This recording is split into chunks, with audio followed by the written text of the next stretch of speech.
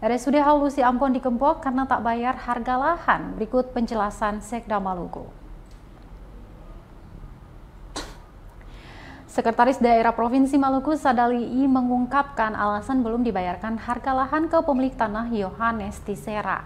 Sadali beralasan pemerintah perlu berhati-hati sebelum membayarkan lahan tersebut. Saat ini katanya Provinsi Maluku sementara menindaklanjuti surat dari Badan Pemeriksa Keuangan. Pasalnya Tribuners banyak yang klaim soal lahan RSUD Dr. M. Haulusi Ambon tersebut.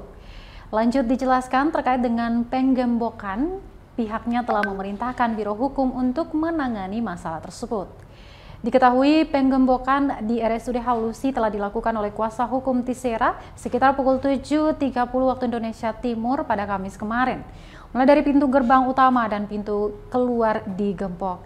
Salah satu pengunjung yang ingin berobat ke dokter saraf pun tak bisa masuk dan diinformasikan untuk ke rumah sakit lain ataupun menghubungi dokter saraf yang dimaksud.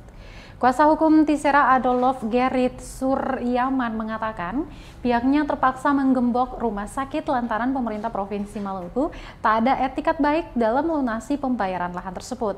Bahkan pihaknya telah memberikan toleransi pada pekan lalu.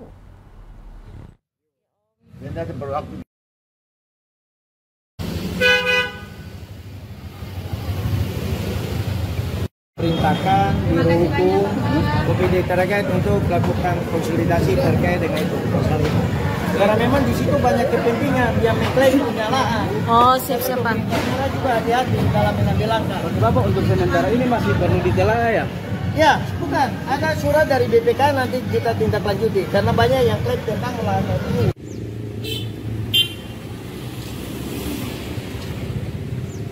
Download Tribun X sekarang.